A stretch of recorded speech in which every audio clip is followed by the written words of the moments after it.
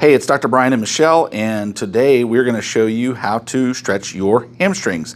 Unfortunately, most of us have been taught wrong. So the first thing I'm going to do is I'm going to have Michelle show you the wrong way to stretch your hamstrings, which is the way I learned in high school and in college.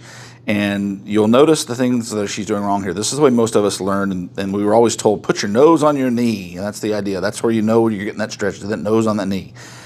The problem with this is the body position does not elongate the muscle belly of the hamstrings. It actually stretches the capsule and the tendons in the back of the knee more than stretching the muscle. Okay, so the big takeaways here is where the position she's in with her knee pushing towards her nose is her back is very rounded, and we do not want that. The problem with rounding the back is it allows the hips to rotate backwards, which allows the hamstrings to stay shortened. All right, so Michelle, go ahead and sit back up.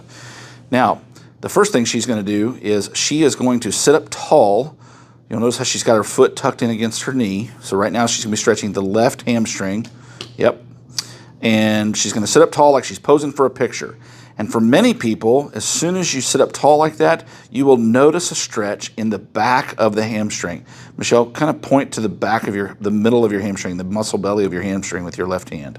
So it's the middle of the back of the thigh, not the back of the knee. So point to that too. The back of the knee is there. Yep, there we go.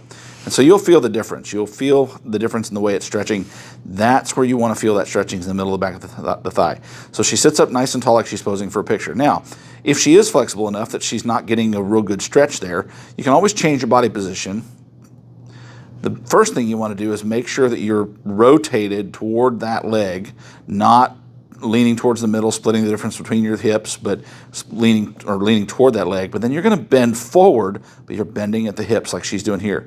Her back rounds out a little bit, but nothing like what it was doing before. She's still trying to keep that nice, tall posture from her hips up to her shoulders, where her back is nice and flat, but the angle just changes. Once she gets to that position, she'll get a nice stretch there. She'll hold that position, keeping her head back over her shoulders like she is, not craning the neck out.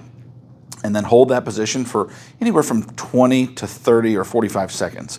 The longer you can hold that position, the more plastic stretching you're going to get of the muscles, which is what we want to do. As with any and all muscle stretching, you want to make sure you're doing this at the end of your workout, when the muscle is nice and pliable and nice and warm. You don't want to stretch a cold muscle.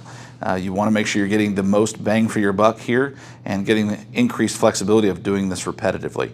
You should do this stretch, especially if you've been on a run or a hike, anything where you've broken a sweat and got your heart rate up and gotten your body core temperature up. That will help to elongate those muscles and help create more flexibility and less strain on your hips and low back. Have a great day.